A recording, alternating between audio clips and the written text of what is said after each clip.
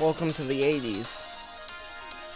Today I want to talk about how I think Zombies in Spaceland is very, very underrated. So, let's start out.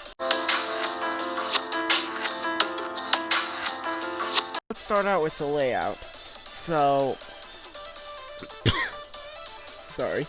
The layout of the map is the classic Doris formula. You start off at the part just after where you'd be like, oh, here are your tickets, like these are your tickets, yep, you can go in now, of the theme park. And then it's the simple Doris, so you have a bit of a stretch, they have the spawn room, a bit of a stretch, and then the main hub, which has Neil, and then you can go to either three of the routes. You can go to Journey to Space, which also has the arcade, the Kepler system, and Triton Peak, which also has a route to the arcade. And let's start off with Journey to Space. So that has a Hoth DJ booth. It has a portal. By that, there's a Volk, and you can get a Tough Enough here, and then there's a tunnel down into the Citadel area, which connects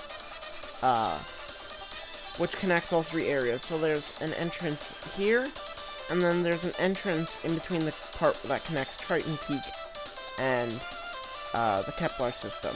As there's a bit where you can drop off the Kepler system, you can go into that tunnel, or you can keep going up the stairs to Triton Peak. And this is good. It has the cardboard cutout for the shredder down there. It does not have a portal. And then, going back to Journey to Space, we also have the arcade right by there, which, that's cool. That has some stuff that I love there. We'll talk about that in a bit. And a teleporter and an NV4 wall by.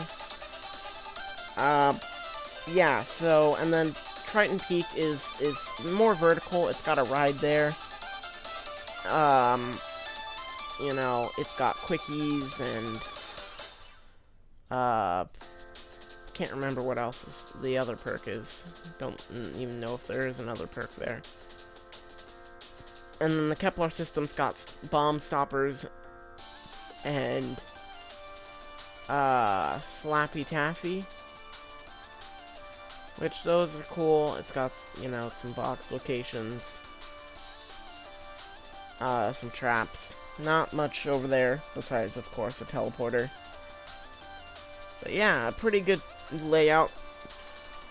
And the teleporters are free, so that's a big thing I do like. Because I like that they're free, because in Doris, they should have been 500 for the teleporters. But one thing is these do take a bit to activate, so if you're trying to escape, like you're about to get cornered, I'd recommend starting the teleporter, try to train him for a second, and try to get in. But yeah, I say the layout of the map's pretty good. And in the middle, you got the main teleporter to go to the director's room. So, the layout's pretty good. So, here we got the innovations, and this map innovates in some good ways. Some really good ways. So we have the arcade machines, which give out tickets, which are an amazing feature. I love them as getting stuff like the arcane core and other grenades through tickets instead of, I believe you need the arcane core for double pack, if I'm not mistaken. Which is good. It kind of rewards more skill at Sith instead of it's there from the start. Tickets allow you to do some things. They also, at the prize counter in the arcade, allows you to buy stuff like like grenade refills, and you can get the forged trees there. It comes with 4 wonder weapons, which are like these little alien guns, like alien pistols. They're pretty cool. They're like those toy laser pistols you'd get at like Dollar Tree. Have like really bad lights and sounds and look like the colors just look vomity for some reason. Doesn't innovate too much. It adds some perks I do that aren't bad. We got Bomb Stoppers, Return of PhD, and Slappy Taffy, which is a melee perk. Pretty surprising. If I remember, Slappy Taffy, it used to, like, be able to have melee weapons one-shot to, like, the 30s. I may be mistaken about that. Yeah, we also got some other good innovations, like the rides. Because, to be fair, if you gave Jason Blundell and Tom Lee, or Jason, I can't remember his name, to make this map, the two heads of Infinity Ward and Treyarch, I think Infinity Ward would make it better, as they're not focusing on a story as much as they're focusing on making it just fun as hell. And that's what they did. That's one reason I enjoy the map.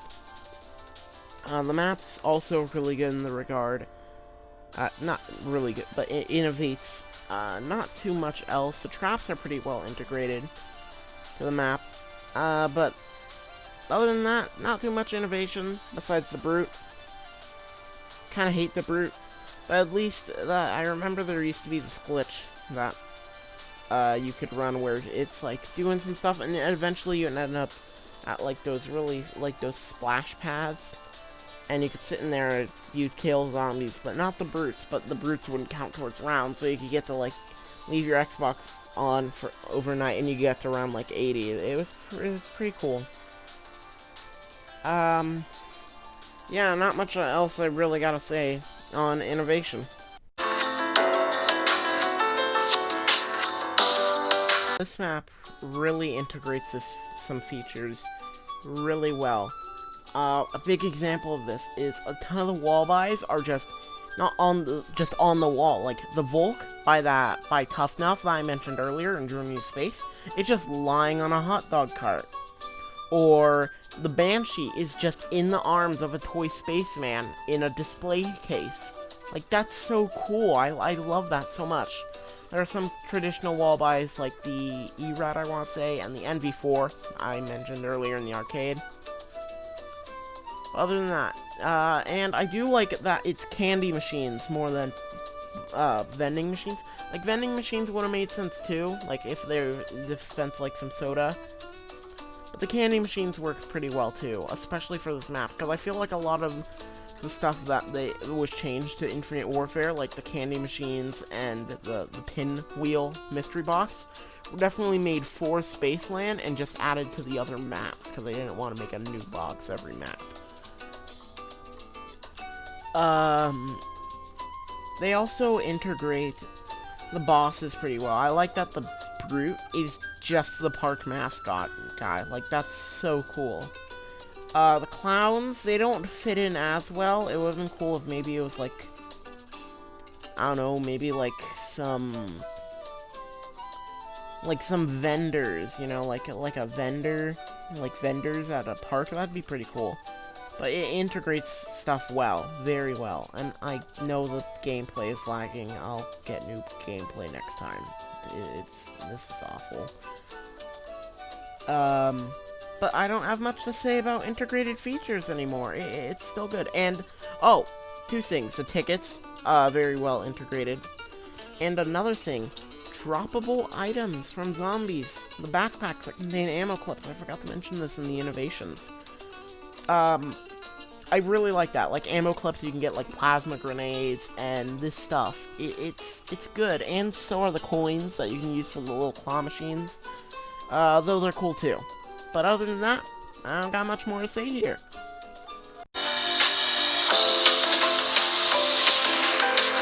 So, the aesthetic of this map is really pleasing to me, but that's like because I like that neon 80s vibe, but it gives off that disgustingly neon vibe.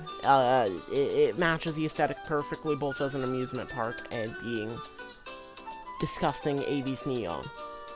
And that's another big thing towards the map.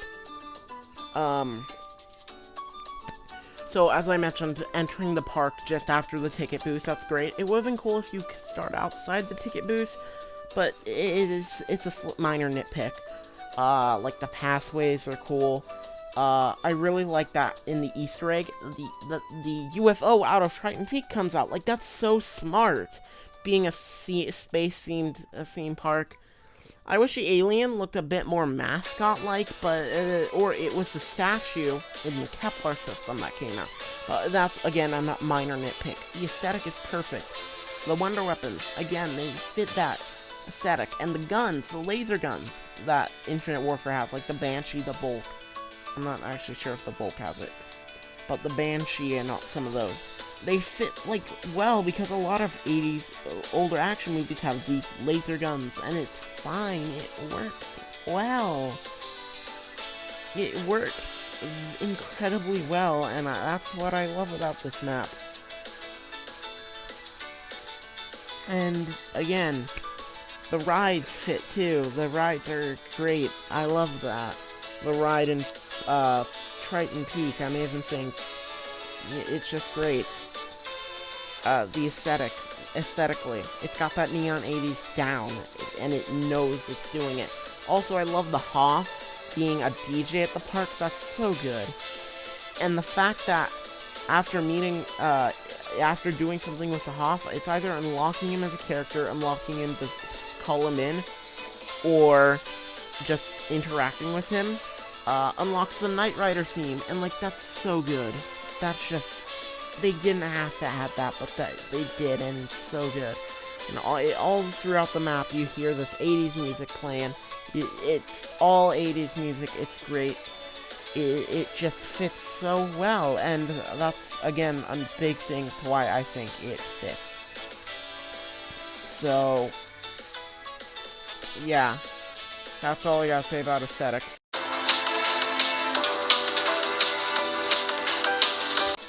Overall, I love this map. It's great. It nails everything, in my opinion. I don't play it as often as other maps, but when I do, I just enjoy myself incredibly. I cannot express how much I love this map. If you don't have Infinite Warfare, I wouldn't say it's $60 worth, but again, it's been 4 years since the game released. It's probably super cheap. I would recommend it so much for Spaceland. The multiplayer can be pretty fun, but I would recommend Spaceland so much. It's great, in my opinion. So yeah, that's my my analysis of Spaceland, my overview. When I look back on it after 4 years, I enjoy the map wholeheartedly. And well, this is me saying goodbye. Oh, wait, it's you. Well, if you liked the video, be sure to subscribe and click the like button.